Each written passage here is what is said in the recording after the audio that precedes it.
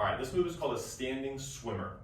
What I'm gonna do is start with my hands at my sides, and really what I'm doing here is connecting the inside of my arm to my side, and then my hands just are gonna fall wherever they fall with my elbows straight. For me, that's right here.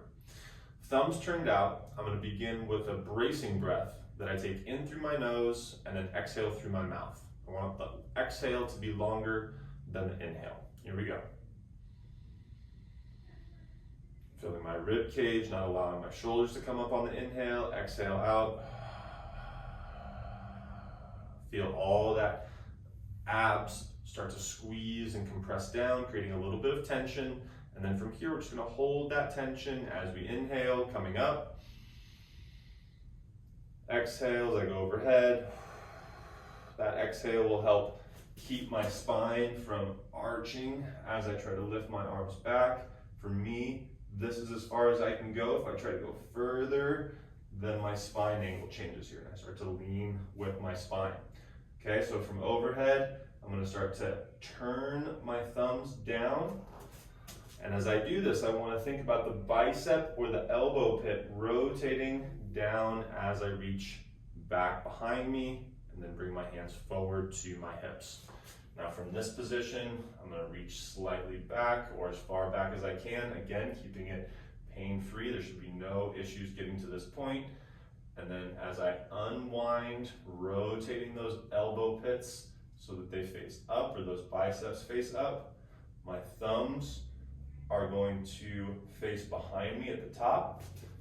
And then as I come down, I'm gonna reach in front, connecting those pinkies back together, and then coming straight down back to my sides.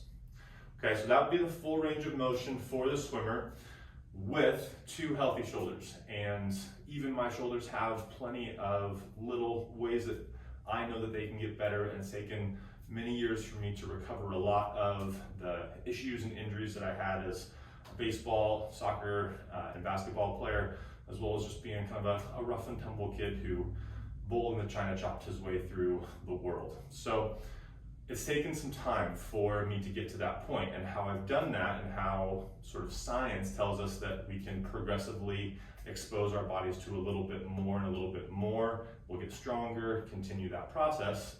The thing that we don't often take into account is the nervous system. And so as we work into ranges of motion that are going to be a little bit sensitive, as in we won't feel maybe as strong, maybe there'll be some dullness, some achiness, some tightness.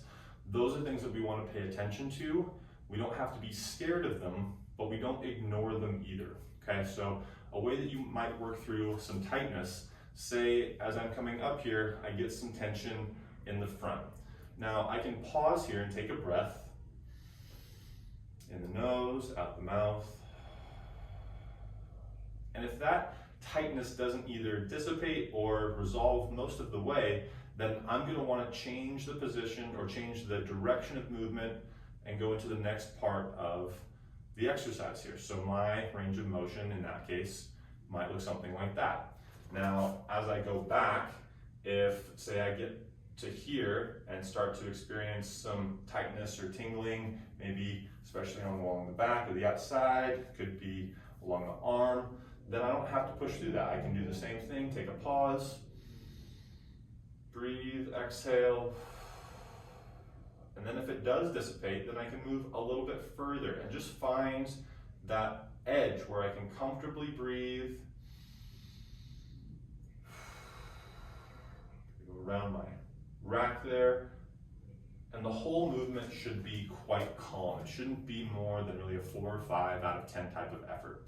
So there's a shoulder swimmer with some suggestions around modifications to allow you to access this movement and access this really great rotational training tool that can really help build healthy shoulders from the inside out at the level that you're at today. So figure out where you can go pain-free, focus on that rotation, slowly making it higher and higher, and working with your nervous system by checking in with the breath, keeping some organization with the bracing, and this is going to really take your shoulder training to the next level. So as a standing shoulder swimmer, have fun.